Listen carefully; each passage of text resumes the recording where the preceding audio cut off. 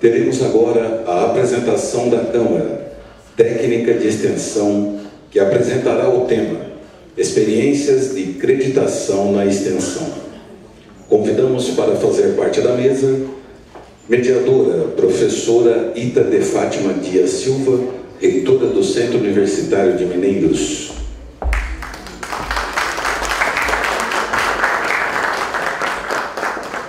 Presidente da Câmara, professor Haroldo Reimer, reitor da Universidade Estadual de Goiás.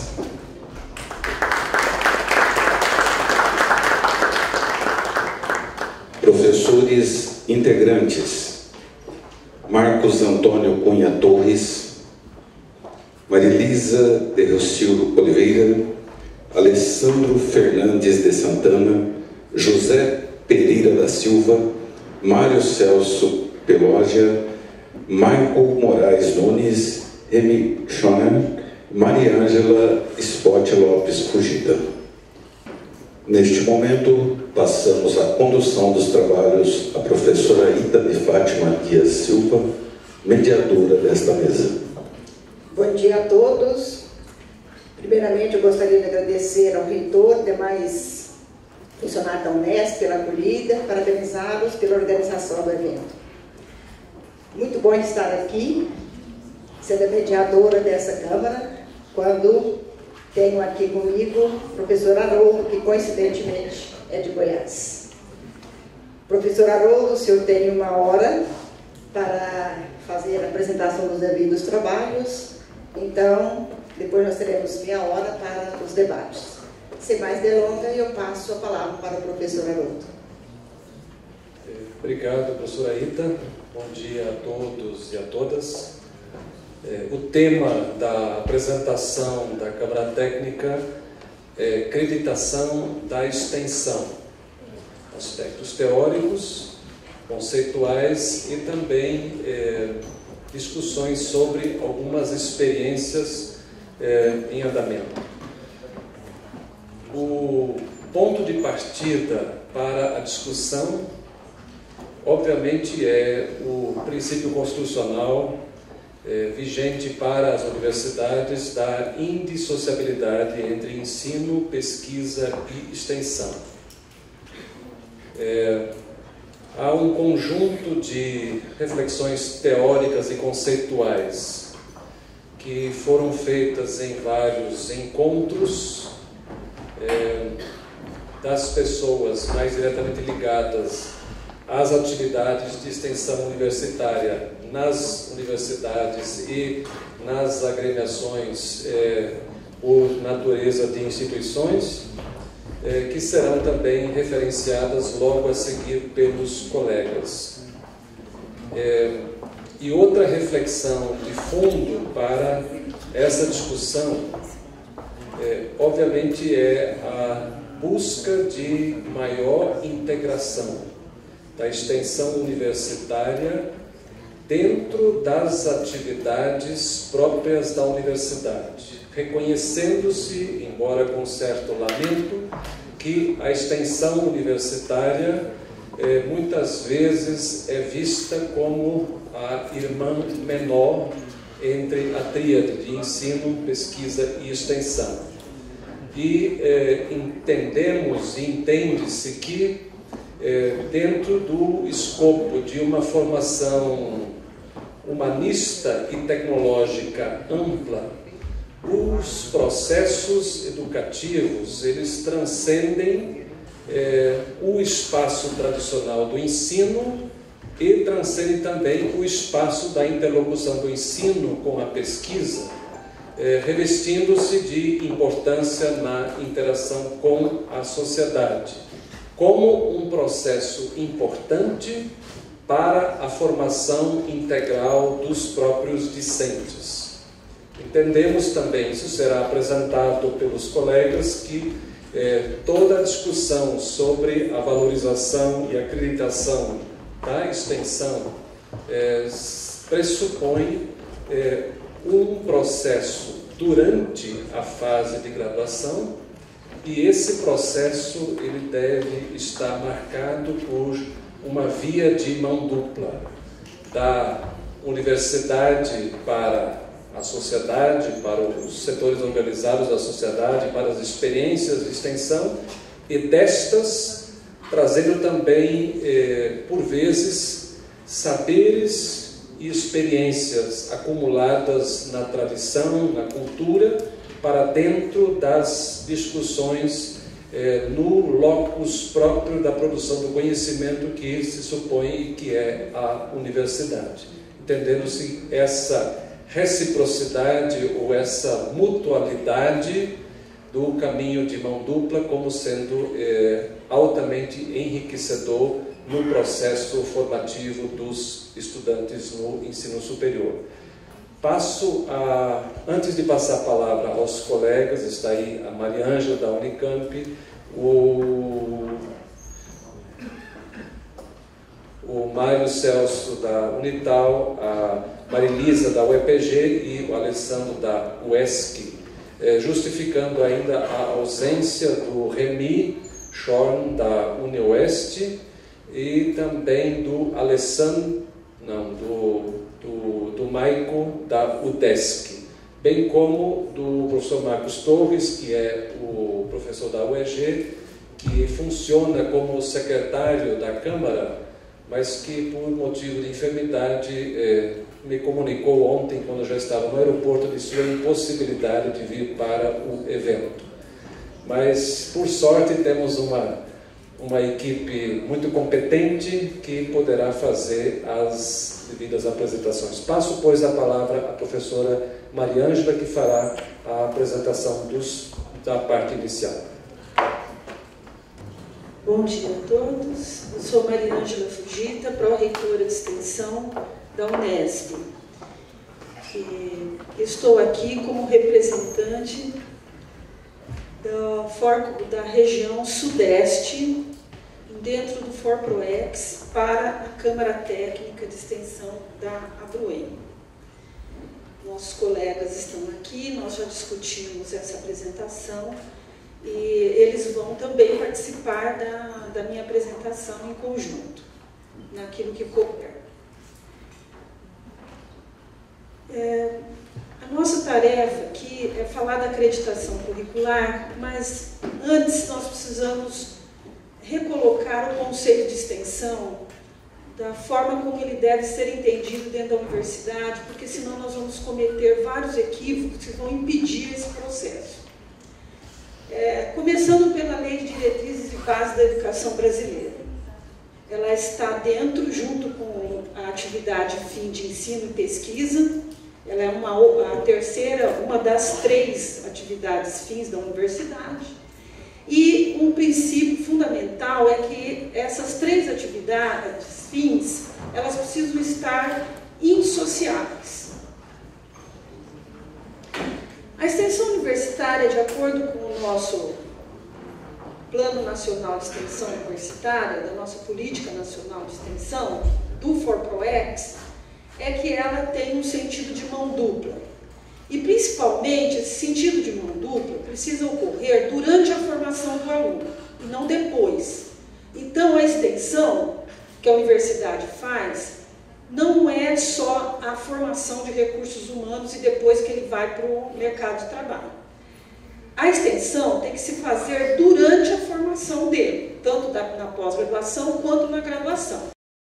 Então, isso nos impõe o seguinte, que essa relação entre a sociedade e a universidade precisa acontecer numa interação dialógica, não como um conhecimento colonizador, mas como um conhecimento emancipatório dessa sociedade que traz os conhecimentos para nós, os problemas reais do Brasil, da América Latina e do mundo.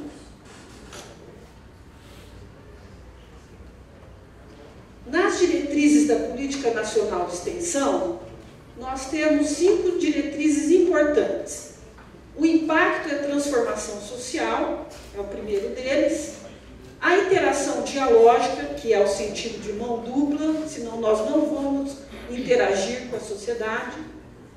A interdisciplinaridade e interprofissionalidade entre todas as disciplinas.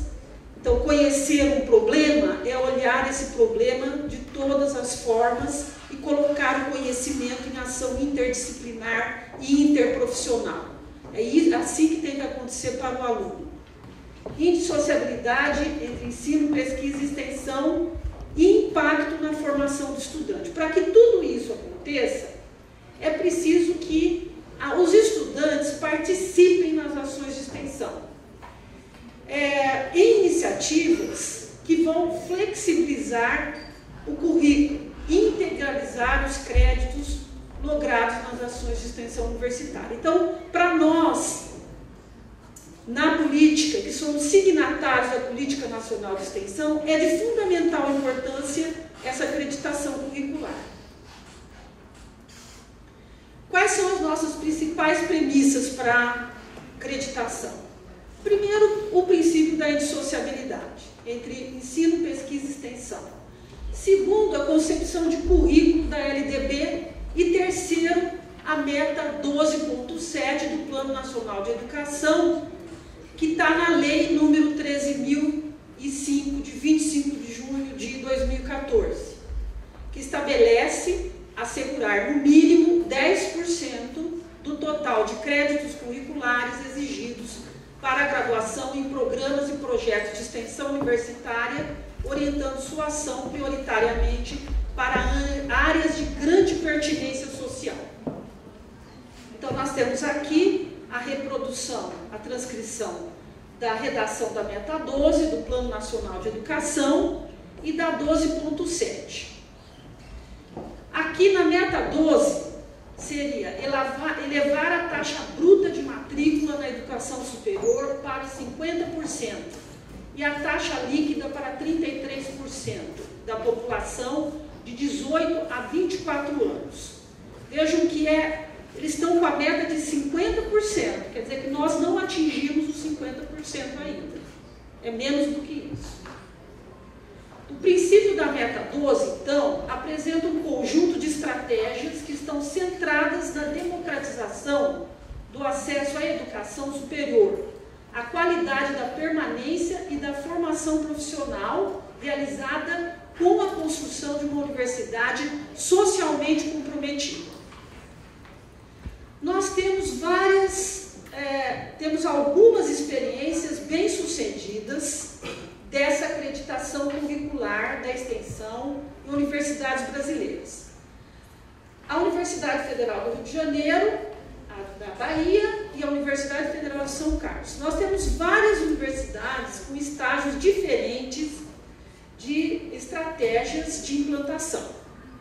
Nós vamos falar aqui, vamos demonstrar com a autorização da Universidade Federal da Bahia e da Universidade Federal do Rio de Janeiro como eles fizeram isso. Mas primeiro vamos ver como nós encaminhamos isso nos nossos fóruns de discussão. Minas Gerais realizou uma série de reuniões que eles chamaram rodas de conversação com essas universidades, das quais a Unesp participou de todas essas reuniões. Nós pudemos trazer alguma coisa e o que eles fizeram foi para o nosso Fórum Nacional do ForProEx em Gramado em maio. O que eles discutiram? E lá, decidiu-se denominar creditação ao processo de inserção formal das atividades de extensão nos projetos pedagógicos dos cursos. Chegou-se ao consenso de que o processo de institucionalização da extensão universitária inclui acreditação, entendida como créditos de extensão, que integralizarão os currículos dos cursos de graduação através do desenvolvimento de programas, projetos, cursos e organização de eventos, e oferta de disciplinas tais como iniciação à extensão e metodologias de extensão. Esse documento foi para o ForProEx, que foi realizado de 20 a 23 de maio desse ano em Gramado. Lá, esse documento foi incorporado à palestra Ensino e Extensão, Novos Desafios, da então ainda presidente do ForProEx, a professora doutora Regina Henriques, e foi proferida a palestra pelo presidente do Forgrade, pelo professor Dr. Mauro Luiz Rabelo. Nessa ocasião também nós fizemos uma reunião das universidades estaduais e municipais para a discussão do papel das universidades estaduais junto à Câmara Técnica de Extensão da Bruem. Essa foi a palestra da professora e do professor Mauro Luiz. Nessa reunião que nós fizemos, a nossa discussão propiciou a Carta de Gramado e a Carta do Cariri. Nessa Carta de Gramado estão expressas nossas principais discussões que nós realizamos aqui na reunião, nessa reunião em Gramado. E, dentre essas decisões que nós colocamos na Carta de Gramado, está especificamente a proposta de trazer aqui para essa reunião nacional dos reitores da Bruem essa iniciativa que nós estamos tomando e que nós precisamos realizar em conjunto com todos vocês e precisamos do apoio dos reitores. Na Carta do Cariri, meu colega pode falar um pouco, vou passar a palavra para ele. Bem, bom dia a todos. Meu nome é Alessandro, sou pró-reitor da Universidade Estadual de Santa Cruz. Na Carta do Cariri, que foi um encontro regional dos pró-reitores de extensão, chegamos a 3 pontos importantíssimos. Primeiro, que é o objetivo de fazer com que todos os alunos tenham acesso à atividade de extensão. Nós pensamos nisso no sentido de que o que está posto na lei, a exigência de no mínimo 10% da acreditação de extensão, nós temos que extrapolar isso. Por quê? No caso da nossa universidade, Universidade Estadual de Santa Cruz, nós temos hoje cerca de 10 mil alunos. Desses 10 mil alunos, nós temos alunos que estudam na UESP, que moram em cidades que ficam distante de 200 quilômetros da universidade. Então, o que nós chegamos à conclusão é de que vamos atender aos 10% proposto em lei ou queremos, de fato, fazer com que todos os alunos tenham a oportunidade em fazer extensão. E nesse sentido, a gente entende que a extensão não é apenas a acreditação de uma disciplina. É muito além disso. É oportunizar com que, de fato, todos os alunos tenham acesso a fazer atividades em comunidades. Então, na Carta do Cariri, nós vamos enviar à Bruem para que a Bruem interceda junto aos órgãos competentes no sentido de poder dar uma maior autonomia às pró-reitorias de extensão e às universidades para fazer extensão. Nos 3 casos exitosos citados aqui de curricularização, nenhuma das universidades é estadual ou municipal. Todas 3 foram universidades federais. Então isso nos chama a atenção e eu queria fazer a apresentação de um modelo exitoso de acreditação que é da Universidade Federal da Bahia, onde nós vamos ver na prática como é que eles estão conseguindo fazer a curricularização da extensão.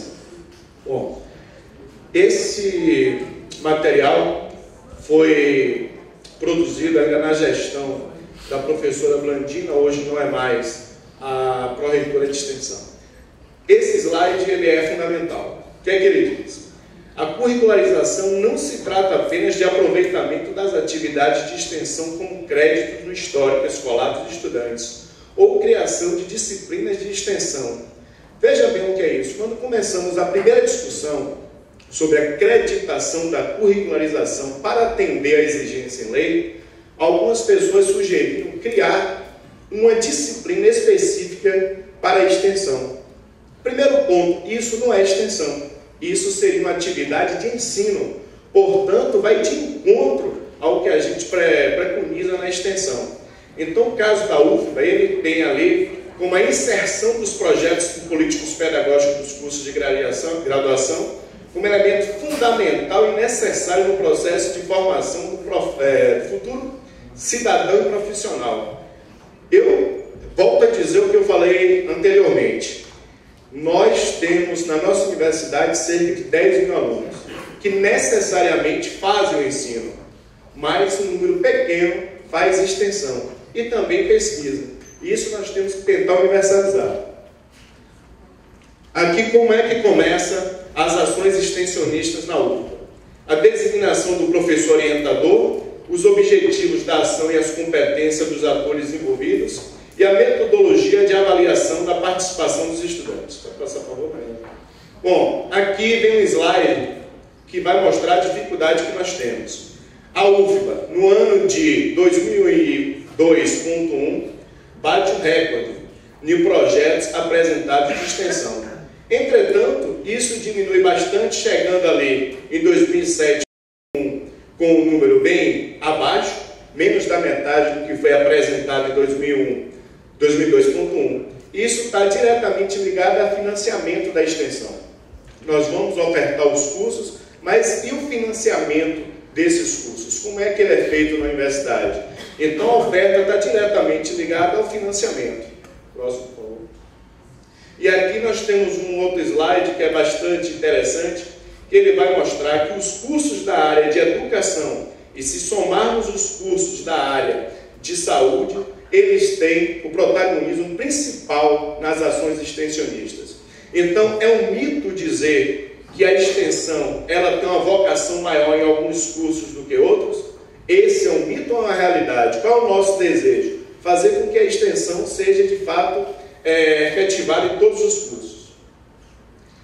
Aqui é como se dá a ação de curricularização na UFBA, é o que eles chamam de Ação Curricular em Comunidade e Sociedade, a CCS, e nós vamos colocar na frente como é feita a metodologia.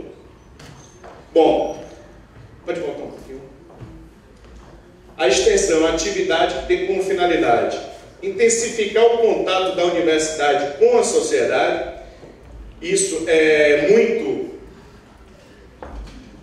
muito particular na nossa região Nordeste, porque nós temos ensino, pesquisa e extensão e temos a sociedade esperando que a universidade faça também um desenvolvimento socioeconômico. Então, a nossa interação com a comunidade tem uma importância muito grande. Pode passar esse que eu vou aqui direto. Na metodologia. Como se dá as ACCS? O desenvolvimento de atividade pedagógica de intercâmbio entre universidade e sociedade se dá através de cursos, palestras, conferências, oficinas, seminários, concertos, mostras, recitais, etc. Próximo. Promovendo meios de conhecimento de realidades específicas, elaborando cooperativamente levantamentos, pesquisa de campo, diagnóstico, projetos e colaborando com a solução de problemas. Vivenciando práticas profissionais de forma cooperativa e multidisciplinar, em situações concretas de demandas. Cooperativa e multidisciplinar chama a atenção porque nós temos, por exemplo, na nossa universidade, 33 cursos. E para ofertarmos as ações extensionistas, nós temos que fazer de forma interdisciplinar para aproveitar o máximo dos professores envolvidos. Apoiando assessoramento de projetos comunitários em desenvolvimento e desenvolvendo atividades artísticas ou de resgate da memória cultural em comunidade e sociedade. Agregando aspectos qualitativos de interesse ou de necessidade da população nas ações promovidas pelo poder público ou por organizações da sociedade civil. Pode passar, por gente, aqui. A nota obtida na CCS será computada no cálculo do coeficiente de rendimento do aluno. Esse é o ponto prático da curricularização. A carga horária da CCS deverá ser computada na carga horária de atividade de ensino do professor. Daí a importância da curricularização estar sendo feita pela Pró-Reitoria de Extensão e pela Pró-Reitoria de Graduação. Os cursos de graduação que não prevêem as ACCS em seus projetos políticos pedagógicos, esse é um caso da UFBA, deverão fazê-lo até 2018. Como se dá a criação dessas atividades? Primeiro ponto, o professor elabora ou reelabora uma disciplina, se ela já existir. A partir daí ele passa para a área de conhecimento, que vai aprovar a disciplina ou não. Uma vez aprovada, essa disciplina passa para o colegiado ou para o departamento, que em assembleia vai aprovar. Uma vez aprovado, o colegiado informa a Secretaria-Geral dos Cursos para que seja gerado o código da disciplina. A partir daí, o professor oferta a disciplina, faz o planejamento didático, pode ser um professor ou um conjunto de professores, informa a Secretaria-Geral dos Cursos e inclui no currículo a disciplina por semestre. O fomento pela instituição. No caso da Universidade Federal da Bahia, há auxílio financeiro para professores, o pesquisador extensionista e para os estudantes. Esse é um gargalo para nós. Por exemplo, nas estaduais da Bahia, nós não podemos dar auxílio financeiro ao professor extensionista. Algumas universidades, o professor Haroldo falou que tem um caso já na universidade dele, ele poderia comentar isso, que poderia resolver do ponto de vista legal, ou seja, a possibilidade do professor receber o auxílio. Entretanto, do ponto de vista legal é contemplado, mas na prática, no financiamento, continua sendo para a gente um gargalo. Eu queria que o professor Haroldo falasse sobre essa experiência. Sim, nós estamos em vias de aprovar no Conselho Universitário um programa que vai levar o nome de Projetos, que visa basicamente beneficiar um conjunto de projetos selecionados via chamada interna de projetos de extensão e de pesquisa e contemplá-los com um valor financeiro a ser repassado diretamente para a conta do responsável pelo projeto, o professor extensionista ou o professor pesquisador. Obviamente, essa operação de fazer sair dinheiro da conta da universidade para a conta do professor precisa de uma base legal. Nós tínhamos uma lacuna no nosso ordenamento legal para esses procedimentos, inclusive até 2013, para o pagamento de bolsas de iniciação científica a partir do orçamento da universidade. Então, nós mandamos uma proposta ao governo, que mandou para a Assembleia, de criar uma lei de bolsas para a universidade, que nos permitiu criar, no ano passado, já em 2013, um conjunto de 9 modalidades de bolsa, incluindo bolsa de ação extensionista. Porém, essa lei ainda não deixava totalmente clara a possibilidade de passar também um recurso na forma de bolsa para docente e para pesquisador. Por isso, na nossa lei de autonomia, que foi sancionada agora no dia 29 de julho, embora com alguns vetos que foram lamentáveis, mas a lei ela assegura que a universidade poderá alocar recursos do seu orçamento para bolsas a discentes, a docentes e a servidores técnicos administrativos. Então, com isso, com base nessa lei de autonomia e na lei de bolsas que nós já tínhamos, nós temos os pressupostos legais para aprovar agora no Conselho Universitário o programa de apoio a projetos. E a nossa expectativa é de operarmos inicialmente com um número mais enxuto de projetos, algo como 1, 2 ou 3 projetos por grande área, tanto para pesquisa quanto para a extensão, e em valores, no nosso caso, ainda bastante modestos, algo como entre 5 a 10 mil reais, para que ao longo do período do ano o professor possa desenvolver com mais facilidade o seu projeto, porque nós nos víamos na situação de, por vezes, incentivar projetos de pesquisa, de extensão, que necessitavam de materiais que deveriam ser adquiridos pela central de compras da universidade, o que é um processo demorado, e não tivemos não só um exemplo de projetos que terminaram o prazo de execução sem que tivesse sido iniciado o processo de aquisição dos materiais. Ainda estamos averiguando algumas questões, por exemplo, quanto a regras de um percentual que nós vamos prever, que necessariamente deve ser aplicado em material bibliográfico, que é material permanente, mas também o pesquisador poderá alocar um outro percentual em equipamentos, e aí o pressuposto é de que esses equipamentos, com um tombamento provisório, depois sejam integrados via termo de doação ao patrimônio da universidade. Então, com isso nós entendemos, embora a experiência ainda esteja por se fazer, entendemos que nós conseguiremos dar mais agilidade no apoio a projetos de pesquisa e também a projetos de extensão. Obrigado, professor. E aqui uma pesquisa feita pela UFBA, onde mostra a percepção dos estudantes quanto às ACCS. Na formação profissional, aspectos positivos. Os estudantes perceberam respeito à diversidade sociocultural da comunidade. Aprender a trabalhar em equipe com estudantes de outros cursos. Desenvolvimento de valores éticos como cidadania, coesão social e solidariedade. Desenvolvimento da visão crítica e sensibilidade para com os problemas sociais. Do ponto de vista negativo, a falta de orientações e diretrizes, um número pequeno de professores ainda exercendo a extensão, e mudança de coordenação durante o desenvolvimento da disciplina. Aqui, próximo, por favor. Possibilidade de aprofundar os estudos sobre um determinado tema e problema, esse é positivo. Participação ativa no planejamento das atividades desenvolvidas, entretanto, pouco tempo para a realização do trabalho de campo. É necessário dizer que essas disciplinas são semestrais e essa tem que ser executada no semestre. Aplicação de métodos e técnicas de pesquisa social, positivo. Aplicação de conhecimentos adquiridos na universidade para o benefício da comunidade e participação da avaliação das atividades desenvolvidas. Negativamente, tem problemas em conciliar horários. Volto a dizer, nós temos alunos que percorrem 200 quilômetros para chegar à universidade, que trabalham também. Outro ponto a ser colocado em consideração: a gente fala em extensão de uma forma homogênea, mas nós temos alunos dos cursos diurno e noturno. É muito diferente o perfil desses alunos.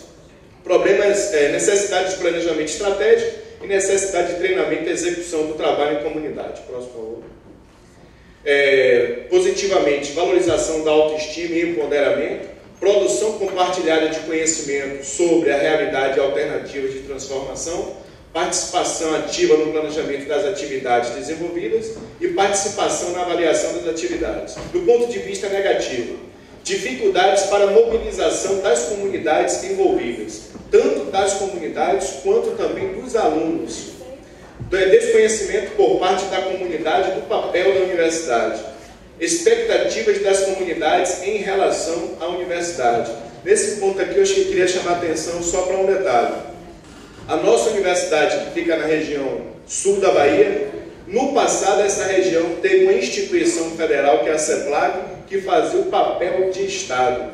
E hoje a comunidade enxerga na universidade estadual o papel do Estado. E a gente está dizendo sempre, nós somos uma universidade estadual, não necessariamente o Estado. Isso cria uma frustração em alguns aspectos. Descontinuidade das ações nas comunidades que provocam descontentamento. Próximo, por favor. Bom, aqui finaliza a parte da apresentação da UFBA, voltando para finalizar dizendo o seguinte: qual é o nosso maior objetivo?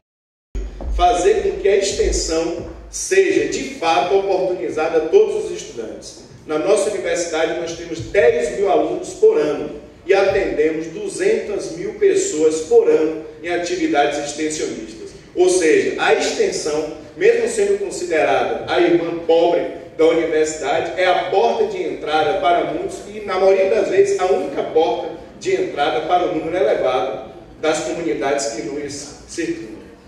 Obrigado.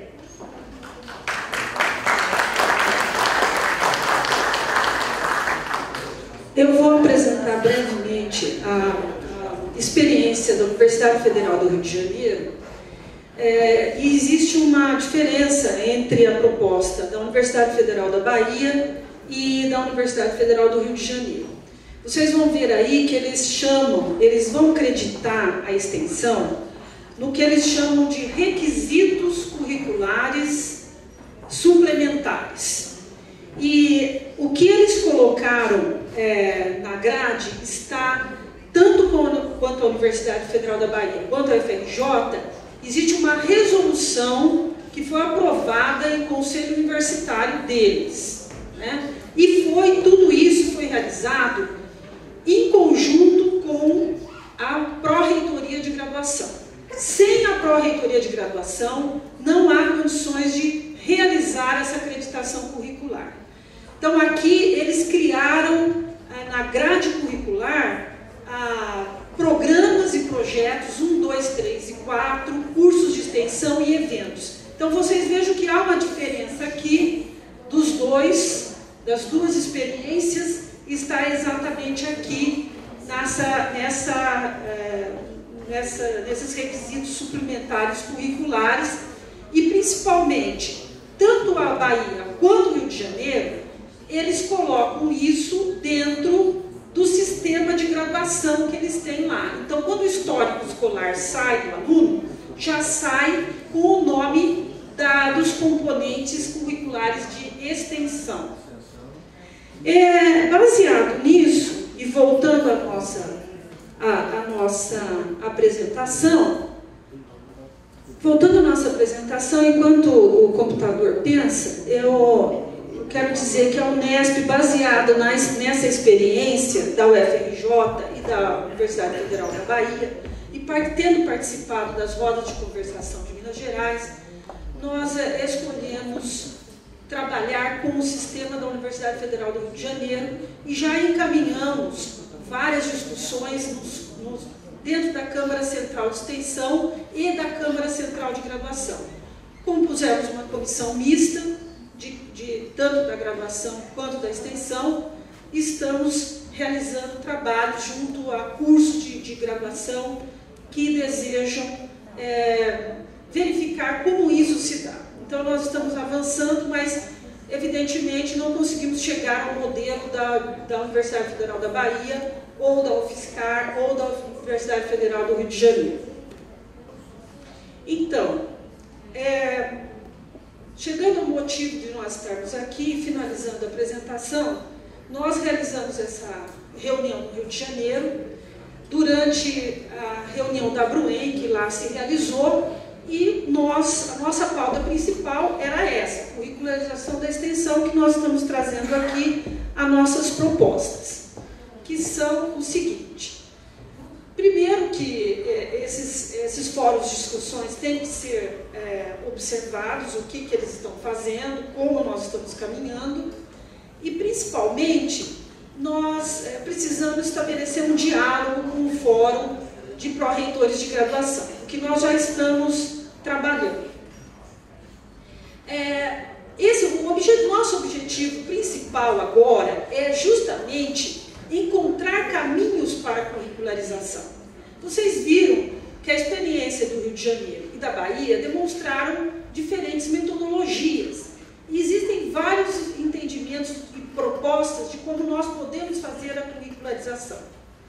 Mas precisamos, nas estaduais e municipais, levantar mais essa questão. Como disse o professor Haroldo e os nossos colegas aqui, nós não temos uma experiência efetiva de curricularização nas estaduais e municipais. E nós vamos começar a pensar nisso. Então, nós vamos começar por aí. Nesse sentido, nós queremos, então, trabalhar com esses relatos de experiências. Quais são os relatos de experiências? Mesmo que incipientes, iniciais, nós precisamos obter de vocês um retorno. Para isso, nós precisamos identificar a realidade de cada um. Então, nós vamos propor que façamos uma troca de experiência entre as universidades. Para isso, nós vamos solicitar que todos enviem relatos de experiência para a nossa Câmara Técnica, nesse e-mail que está aí, PREUEG-BR, né? O professor Marcos Torres vai receber esses relatos de experiência, tá? E nós vamos fazer um relato completo no próximo Fórum Nacional da Bruen. E solicitamos desde já, uma reunião conjunta com a Câmara Técnica de Graduação. Obrigada.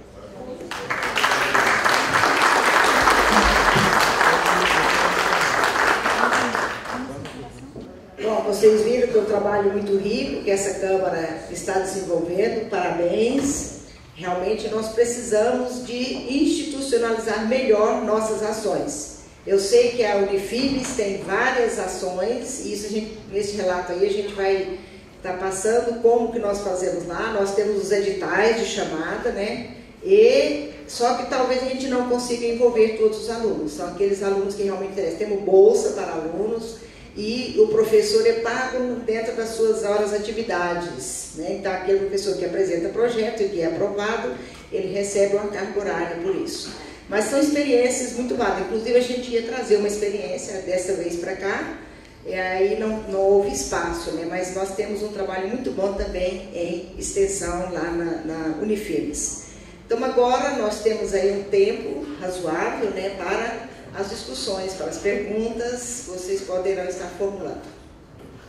Bom dia a todas e todos, eu sou o professor Alfredo Baldwin, da UDESC. Um dos maiores problemas que a gente vai ter, e já estamos tendo, será a conscientização e fazer com que os nossos pares, amados amigos e colegas de departamento, professores e professoras, tenham um entendimento de que é uma lei que está aí e ela tem que ser cumprida, né? Então, o problema maior não são os alunos, o problema maior somos nós. De que forma que nós vamos encarar isso, a Câmara de Extensão da UEM. Alfredo, sua pergunta é muito boa e tem sido muito discutida nos nossos fóruns. Realmente, nós temos um número muito limitado de professores que vão se interessar, ou que se interessam pelo projeto de extensão. Isso muito decorrente de uma valorização que tem no currículo do próprio professor, uma atividade de pesquisa, quando comparada a uma atividade de extensão. E um outro ponto interessante que limita muito o número de professores é que na formação desses professores, um grande número não teve a extensão no seu currículo. Portanto, não conhecem na prática o fazer da extensão. E isso é um desafio que nós temos discutido muito, e a origem que nós encontramos desses problemas é justamente nisso que você fala. Não necessariamente dos alunos, mas sim dos professores, e ainda bem com mais um gargalo. Nós vamos ter um número limitado de projetos ou de programas de extensão, para um número elevadíssimo de estudantes que vão ter que concorrer para participar desses projetos ou desses programas extensionistas. Portanto, é o que eu falei no início, do ponto de vista da lei, nós podemos até atendê-la.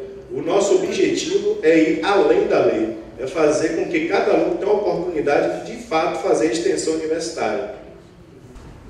Bom dia, meu nome é Lilian, sou pró-reitora de graduação da UniOeste do Paraná. A questão central no debate da graduação, nos nossos fóruns, inclusive no Flagrade Nacional, é pensar o processo formativo, conjunto do processo formativo e a curricularização da extensão no conjunto da carga horária. Por isso a minha questão, de alguma forma, foi respondida na última frase da apresentação da mesa, que é a urgente necessidade da gente reunir o debate da extensão com o debate da graduação. Porque a gente tem visto, nas experiências nacionais, os mais diversos formatos. Desde a ampliação da carga horária, porque essa é a minha questão central, quer dizer, evidentemente, constar no histórico escolar do aluno e garantir como componente curricular as atividades de extensão é um avanço imenso, né, no movimento da gente perseguir o tripé, né, que a gente possa construir na Universidade Brasileira um diálogo entre essas três dimensões formativas. O problema, e eu estou apresentando como um problema porque a gente tem um plano nacional aprovado, portanto é lei, a gente não está discutindo uma ideia, a gente está discutindo uma lei já aprovada, e a gente precisa de 10% da carga horária do curso em atividade de extensão, então nós temos que achar esse caminho. A maioria de nós não entende, né? Todo mundo aí que discorda fica à vontade, mas não entende que o caminho seja ampliar a carga horária de formação. Afinal de contas, a gente convive hoje com uma grande evasão no sistema brasileiro, né? Inclusive é o assunto da nossa Câmara. para as licenciaturas, que são os cursos de maior evasão, a gente já tem uma ampliação de carga horária com as novas diretrizes curriculares da formação docente, possivelmente em um semestre a mais. Então isso é um problema neste, né? A palavra problema não quer desqualificar o avanço que o debate da extensão teve. Espero que todos estejam me entendendo. A palavra é como a gente resolve que cursos, programas, projetos, eventos sejam componentes curriculares no conjunto da carga horária definida pelo projeto do curso. E aí, acho que nós temos que fazer uma coisa que no Brasil a gente faz sempre depois que a Inês é morta, né? Nós não debatemos isso, a minha instituição não debateu isso internamente, enquanto o FORPROEX avançava. Foi depois da lei aprovada que a graduação se tocou, né? Por exemplo, a presença do professor Mauro no FORPROEX foi posterior à aprovação da lei, né? Quer dizer, então a gente precisa encontrar os caminhos e também, né, precisa ir aprendendo com a história de que a gente precisa construir juntos. Se é tripé, as 3 pró-reitorias deviam discutir processo formativo, né? Isso eu acho que é muito importante para a gente ir pensando como a gente organiza a nossa universidade em gavetinhas muito estanques e depois espera que o processo formativo seja integrado e que efetivamente a universidade se constitua no tripé. Muito obrigada. Bom dia. Bom dia a todos e todas. Professor Aurélio Bona, pró-reitor de extensão da Unespar. Foi colocado pelos colegas aqui, pela mesa também, que nós temos um desafio muito grande decorrente da lei do Plano Nacional de Educação. Mas me incomoda a preocupação de nós termos que atender à lei. Eu penso que esse movimento ele tem que acontecer ao mesmo tempo em que nós conseguimos entender dentro das universidades a própria indissociabilidade do ensino, da extensão e da pesquisa. É uma discussão de longa data, eu sou pró-reitor há pouco tempo, sei que esse fórum discute há 20 anos ou mais o que é essa indissociabilidade. E me preocupa que algumas atitudes continuam mostrando que nós não entendemos essas dimensões como indissociáveis. Por exemplo, e aqui eu lanço também uma pergunta, porque algumas universidades já têm essa experiência e podem até mostrar que eu estou equivocado na compreensão, mas quando eu penso uma disciplina dentro do curso de graduação para discutir, sei lá, princípios, métodos, técnicas de extensão universitária. Eu não estou vendo ali a extensão universitária. Eu estou vendo reforço a uma atividade de ensino. Eu gostaria de ver a extensão universitária nas disciplinas que os cursos já têm, porque elas têm que ter algum tipo de resposta à sociedade, ou de alguma medida elas têm que se alimentar do que a sociedade tem. Ou quando eu vejo, vamos pensar bolsas, claro, as bolsas sempre são incentivos que nós temos que buscar, bolsa para os professores, mas eu vejo um pouco a discussão do próprio plano de atividades docentes, ter carga horária para extensão, assim como se tem para o ensino, assim como se tem para a pesquisa, assim como se tem para atividades administrativas. Enquanto os próprios planos de atividade docente não tiverem isso consolidado, a extensão ainda vai ser uma atividade extra do professor. E aí todo o discurso de indissociabilidade vai por terra. Eu pensei muito no que o professor Antônio falava pela manhã sobre a internacionalização em casa, mais ou menos, e pensei a extensão nesse quadro. Nós temos que compreender os desafios de escala global em casa. E os desafios de escala global trazem...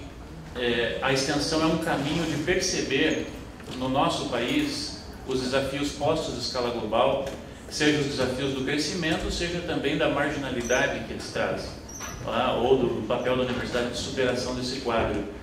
Então, a extensão, para ela ser indissociável com o ensino, ela tem que abrir alargar os limites das disciplinas de ensino, que muitas vezes estão muito voltadas para o passado ou para aquilo que os professores gostam de trabalhar.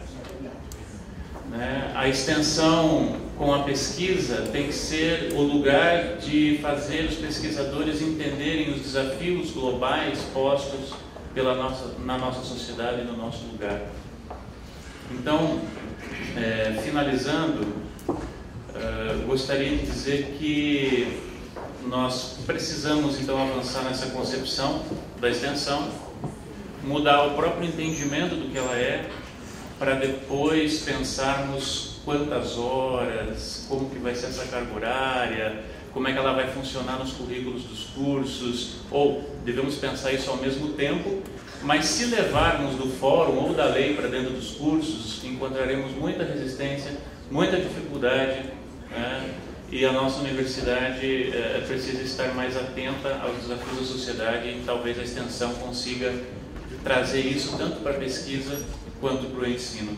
Parece que o Brasil é um dos países que mais produz pesquisa ou artigos a partir de pesquisas do mundo, que está em 80º, não sei quanto, em que essas pesquisas se traduzem em transformação ou mudança na sociedade. Eu acho que quando entendermos o desafio da extensão universitária, potencializando a pesquisa e o ensino, talvez possamos reduzir um pouco essa diferença. Muito obrigado. Eu queria acrescentar um comentário a essa fala do professor Aurélio, porque algumas coisas expressas por ele também eu já vinha pensando.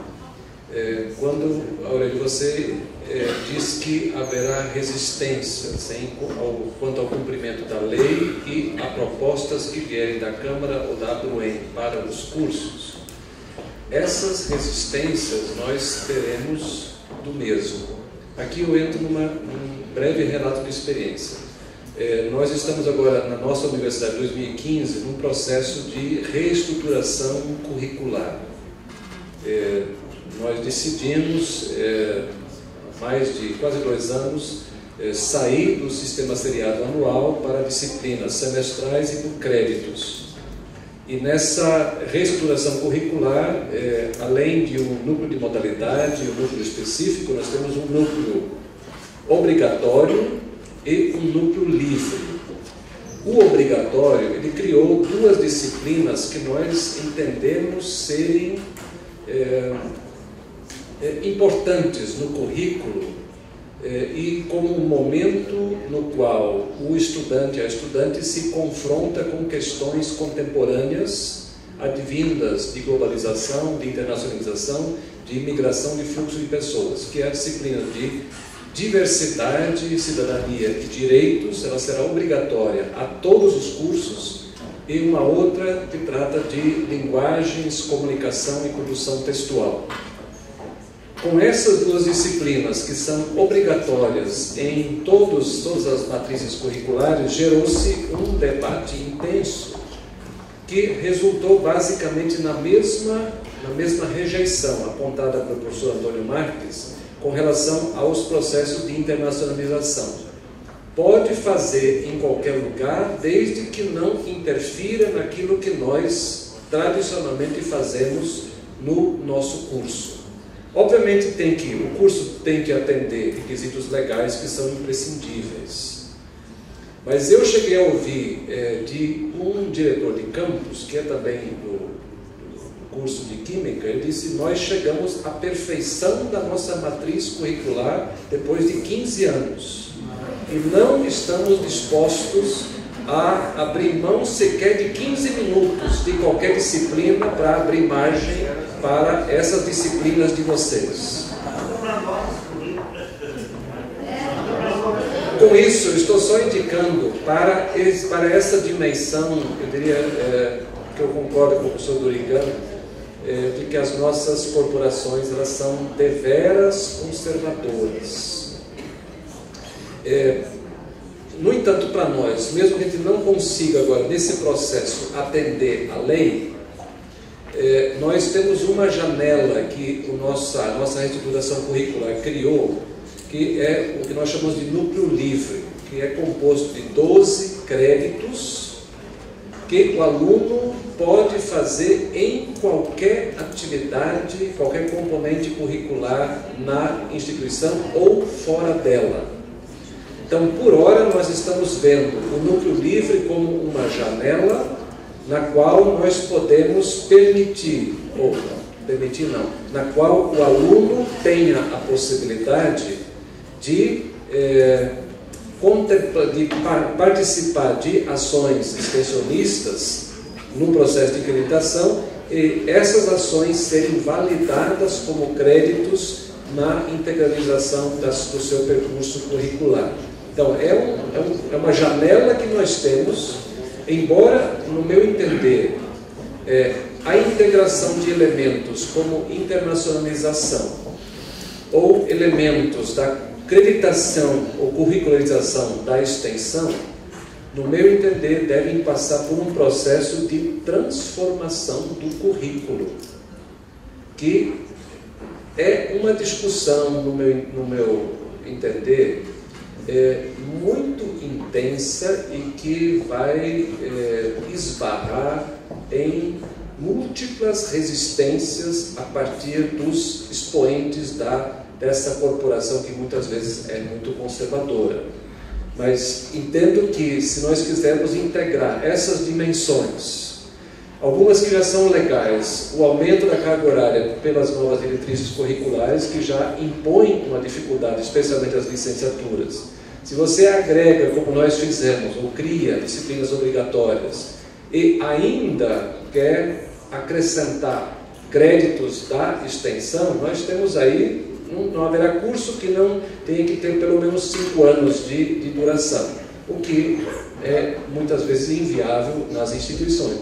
Então, no meu entender, devemos passar por algo como um processo de transformação do currículo para que ele seja mais flexível para atender demandas da contemporaneidade. A palavra continua aberta, também os colegas, se quiserem. A professora Adélia e depois a professora à minha direita, o professor Jackson, o professor Jairo. Temos aí uma miríada de pessoas que... Qual é o objeto limitado? 1 minuto para cada um. Senão não dá para frente. Atenderemos prontamente a...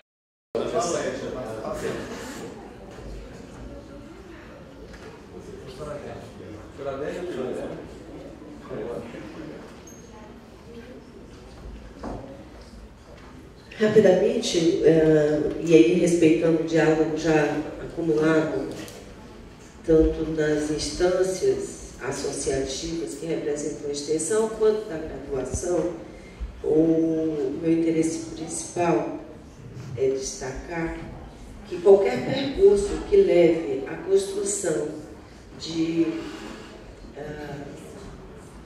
manual, proposição, definição, em instâncias externas a cada universidade, tendem a confrontar ou afrontar a autonomia de cada uma. Esses movimentos, ainda que sejam reconhecimentos nacionais, uma é a lei, a outra, os reconhecimentos de articulações necessárias nas instâncias associativas, né? Mas daí, internamente, cada instituição, no gozo, no uso da sua autonomia, precisará encontrar os melhores caminhos. E aí, necessariamente, a clareza, vou dizer claramente, no aspecto legal, uma atividade de extensão curricularizada se transforma em atividade de ensino. Quando eu digo a disciplina X, é ensino. Então, de que estamos falando? Nós estamos falando de atividades curriculares, de formação geral do estudante em cenários extramuros, comunidade, com uma ação social envolvida, que tenha presença do estudante, do professor e da comunidade externa à universidade, dessa forma que estamos conceituando, porque senão curricularizamos transformando pela via formal em atividade de ensino, e continuamos dizendo que a extensão se distancia, né? Então, precisamos ter clareza nisso, e é importante reconhecer diálogo for-grade, for-proex. Precisamos, certamente, que a mesma língua não conseguiremos, mas conseguiremos aproximar dos cursos, verificar igualdades, enfim, e caminhar. Câmara de Extensão, Câmara Técnica, Câmara de Graduação do interior da Abruim, mas acredito que aí o mais importante, sem nunca deixar levar pelo canto da sereia, que é a definição de como deve ser essa curricularização, porque aí nós iremos entrar em choque com a autonomia universitária, com a diversidade das instituições que compõem o ensino superior brasileiro e compõem a ABRUE, com cada uma com a sua identidade, diversidade e momento. Obrigada. Obrigado, professora Adélia. Professora Cida, da Unicentro. Eu gostaria de fazer um coro aí nas palavras da professora Lília, né? Dessa preocupação. Eu não sou pró-reitora de extensão, mas eu fui pró-reitora de extensão em 2000, né? 2004. E essa discussão da indissociabilidade do ensino, pesquisa e extensão e a retroalimentação era um discurso que se pautava naquela época da mesma forma, como que a extensão retroalimenta a pesquisa e o ensino e vice-versa, essa questão da mão dupla. Mas eu gostaria de dizer que é tão interessante você ver a palavra acreditação e a semântica que essa palavra traz, né? E como que ela pode, de alguma forma, estar inserida nos nossos currículos. Eu acho que é um grande avanço e não se pode perder esse avanço simplesmente tentando normatizar isso nas nossas instituições de uma forma ou de outra. Concordo que uma disciplina, ela nasce por uma necessidade social, ela nasce por pesquisa nas áreas. E o que a gente tem visto hoje é a inserção de várias áreas e várias disciplinas no currículo, muito aligeiradamente. Eu acho que isso não pode se passar pela extensão também como disciplina. Eu acho que esse diálogo com a graduação, e eu diria mais, com a pesquisa, e também com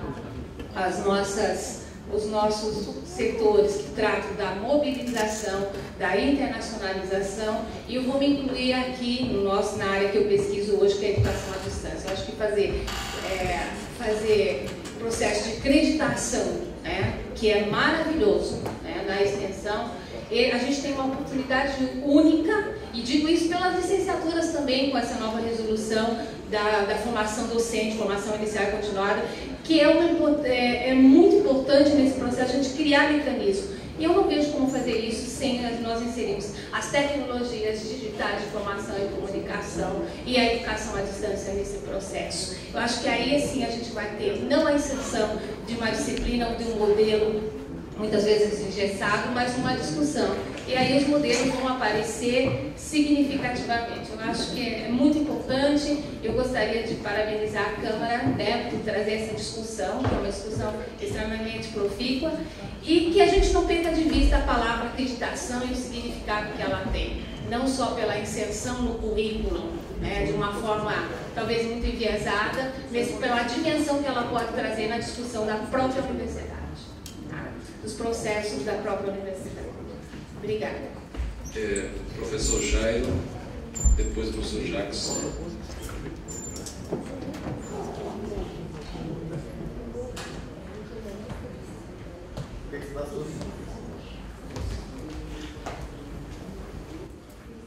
Eu vou ser bem prático e bem objetivo. Veja, o princípio indissociável de ensino, pesquisa e extensão é muito velho entre nós.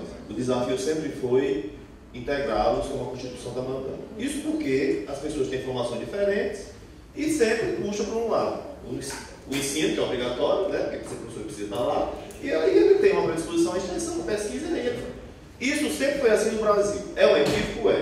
Precisamos superar, precisamos. O caminho é exatamente fazer essa coisa integrada, ensino, pesquisa e extensão, dentro das câmaras, dentro dos espaços.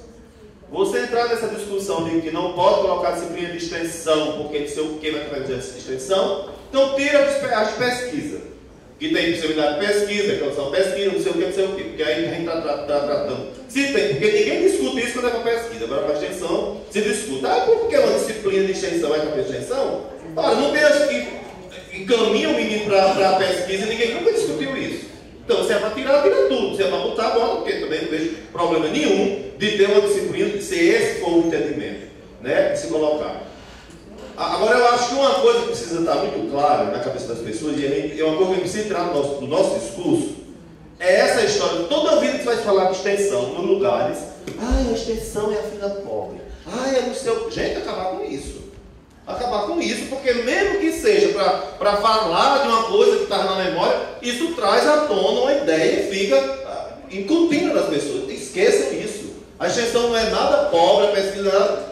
Os três aspectos são muito importantes. E no momento em que a gente supervaloriza isso no nosso discurso, a gente vai intensificando ainda mais essa coisa, né? Essa coisa de que as universidades não podem abrir financiamentos porque vai estar incorrendo. Não vai, porque se é da natureza da universidade, então se eu, enquanto reitor, abro um edital de pesquisa e de extensão com recursos, eu vou estar incorrendo em que crime? O meu estado não tem uma lei que ampare. Eu sou o reitor da Estadual de Alagoas. Qual a orientação que a Controladoria nos deu? Cria a resolução definindo esse tipo de política interna, normalizando tudo. Mas aí o computador custa acima de 8 mil, o professor vai estar comprando, não sei o quê. Faça a modalidade técnica e preço, que vai estar licitando, é uma modalidade mais simples. Então, assim, quando se quer, se faz, e não tem essa história de que é isso, que é aquilo. Então, na minha universidade, se paga bolsa de pesquisa, se bolsa de extensão, abre edital específico dentro da nossa realidade de pesquisa, de extensão. Temos excelente atividade de pesquisa, temos excelente atividade de extensões no Brasil inteiro, e não vai deixar de acontecer simplesmente porque está se colocando isso, está se colocando aquilo. Agora, eu acho extremamente louvável a gente, de fato, se encaminhar nessa coisa do trabalho integrado, no sentido da gente tentar chegar ao que é mais velho, não é porque essa história agora da lei dos 10% não. Muito antes, os outros marcos já diziam que é antissocial. Acho que é esse lance que a gente precisa estar atento, e entre nós, a gente está pensando essa coisa coletiva integrada para a gente chegar o mais próximo que puder disso, que não é fácil, porque as pessoas têm predisposição a se isolar, a estar nas suas perspectivas individuais. Bom, está havendo um problema aqui no microfone, e também é difícil falar depois do Jair. Mas o que eu queria colocar, duas questões que eu me deparei na Universidade Estadual do Ceará. A primeira era que a extensão que havia, ou que era chamada de extensão, era na verdade a replicação, a reprodução de programas verticais, seja de Estado, seja do governo federal. Então não se fazia extensão do que a universidade produzia para as comunidades, nem aquilo que as comunidades produziam para a universidade, né? Mas se faziam programas federais, como por exemplo a alfabetização, lá na época do Fernando Henrique. Aí você começava, tinha dinheiro para fazer, e a extensão nesse sentido era a prima rica da universidade, era quem tinha dinheiro. Mas ela reproduzia verticalmente programas do Estado e programas federais, e era como se a universidade fosse apenas um lugar de lavagem do dinheiro, né? Um lugar de passagem.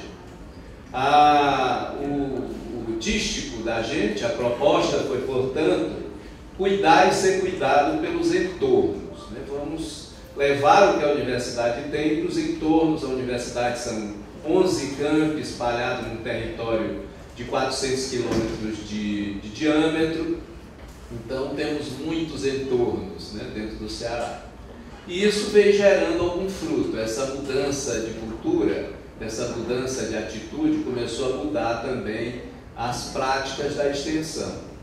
Uma segunda questão que eu quero levantar é essa que o Jairo já levantou, do primo pobre, do complexo de vira-lata, não é? Que lá não é verdade, porque gruda, né? Gruda. Não é? Isso realmente gruda. O desafio da gente foi dizer que se os outros estavam enclausurados nas suas casinhas, nas suas rotinas, nas suas institucionalizações fechadas, quem estava livre era a extensão.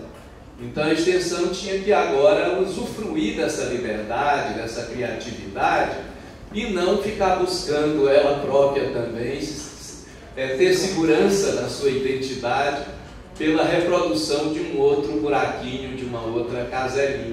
Então essa história da criatividade com liberdade, né, é evidente que a gente vê reproduzir isso, mas na área da educação, na área da saúde, e também tem financiamento na área da saúde, tem uns programas interessantíssimos, como é o caso do ProSaúde, tem os PET, tem o PET Saúde, tem os PET-MEC, né, PET-SESU, que inclui a interdisciplinaridade obrigatoriamente na formação do estudante, mas a arte, a cultura, o pessoal da formação, que a UES tem 2/3 dos seus alunos em licenciaturas.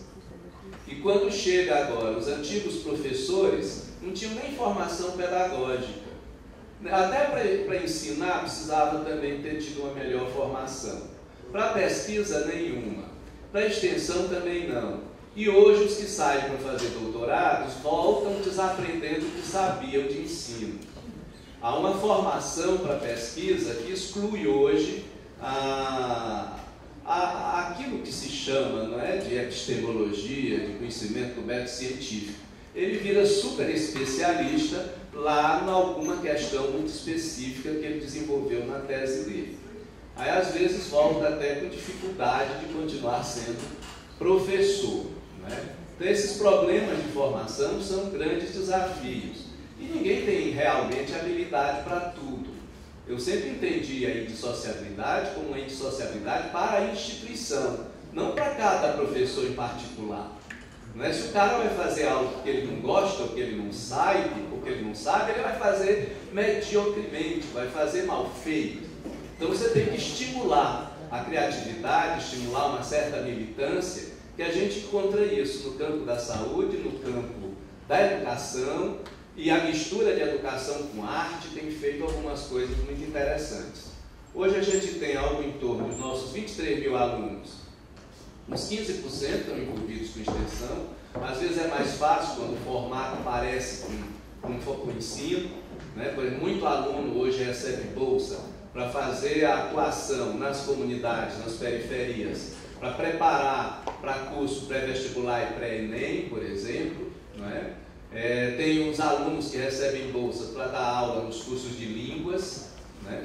Que são projetos de extensão. E hoje, 15% desses 23 mil alunos estão em projeto de extensão. E o ano passado a gente beneficiou, fora da universidade, 154 mil pessoas, né? Foram beneficiadas de projetos de extensão. Desde formação de merendeiras nas escolas, né, melhorar o desempenho das merendeiras nas escolas, até com os agricultores, com os trabalhadores de produção familiar, né, de agricultura familiar, o melhor uso daquilo que é produzido para transformar em alimento, para transformar em doce. Então tem um bocado dessas atividades. Mas para isso a gente primeiro teve que trocar o vertical dos projetos federais e estaduais para essa certa horizontalidade do cuidar e ser cuidado pelo entorno, e segundo, tentar romper a cultura do vira-lata, não é? Para mostrar a maior liberdade, a maior criatividade que a extensão tem. Não sei se a gente vai evoluir muito, mas está evoluindo de algum modo, resultados já aparecem, e não sei como é que isso vai continuar. Às vezes a necessidade de institucionalizar é para garantir a permanência, mesmo que mudem os dirigentes, né? Aí você precisaria de alguma coisa. É uma dialética difícil de resolver. Como liberar a criatividade, como institucionalizar, vamos sempre estar enfrentando este problema. Bom, nós estamos com o tempo esgotado, que o professor Haroldo quer fazer as considerações finais, uma participação ainda. Muito obrigada, professor, pela sua participação.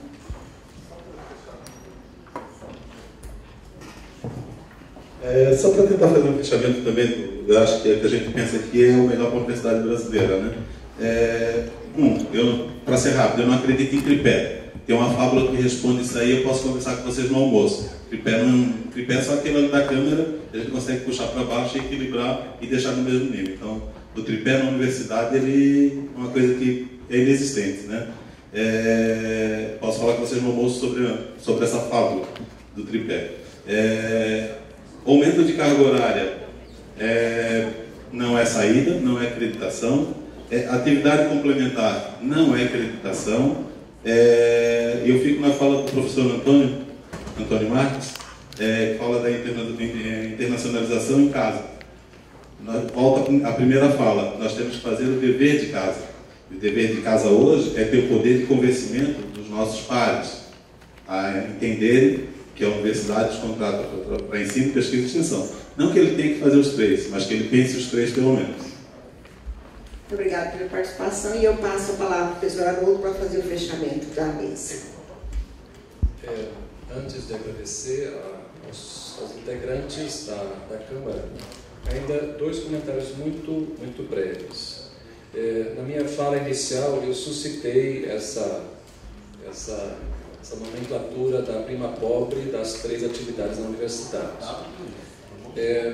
Ao fazê-lo, obviamente, eu não busquei aplicá-la à riqueza das atividades de extensão, mas aplicá-la ao imaginário assentado na corporação, de que tais atividades são menos meritórias do que o nobre ensino e a nobríssima pesquisa. Uma coisa na prática. Nós discutimos no ano passado a reformulação das horas de gestão acadêmica e alocação de horas para atividades na universidade. Aí, lá pelas tantas, apareceu o coordenador de projeto de pesquisa, 12 horas.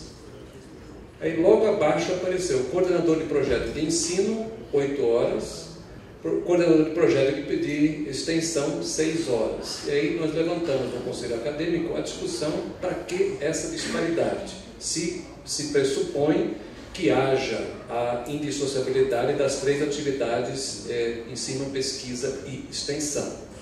Então, talvez a gente possa rever também nas nossas universidades se, de repente, essa minimização da atividade de extensão universitária não está já assentada em documentos normativos nas universidades que atribuem menos hora a tal atividade do que a atividades de pesquisa ou de ensino.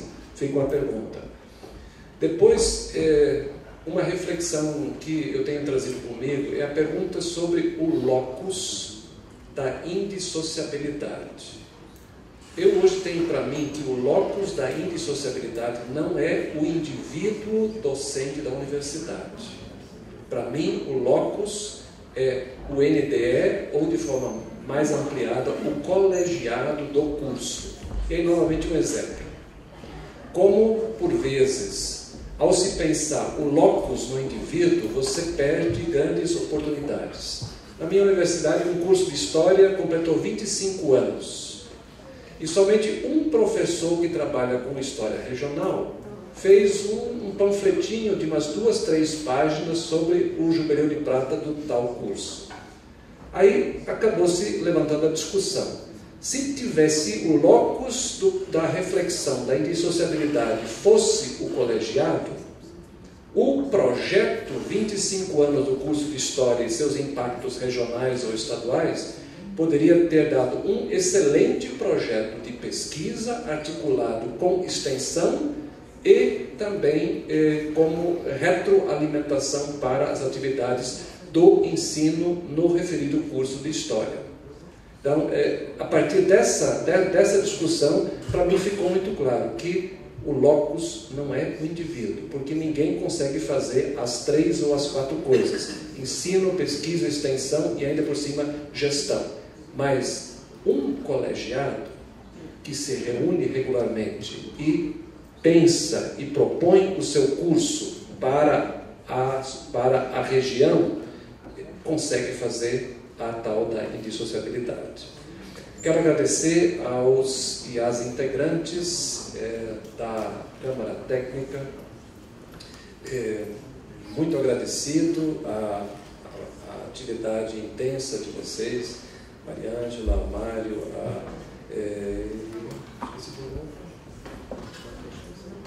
a Marilisa e ao Alessandro. E lembrando também que nas atividades o professor Marcos participou também ativamente. Então devolvo a palavra à professora Ita, que é a coordenadora da mesa. Então, muito obrigada a todos pela participação, excelente trabalho, e nós vamos continuar, com certeza, procurando construir o caminho que nós necessitamos. Muito obrigada.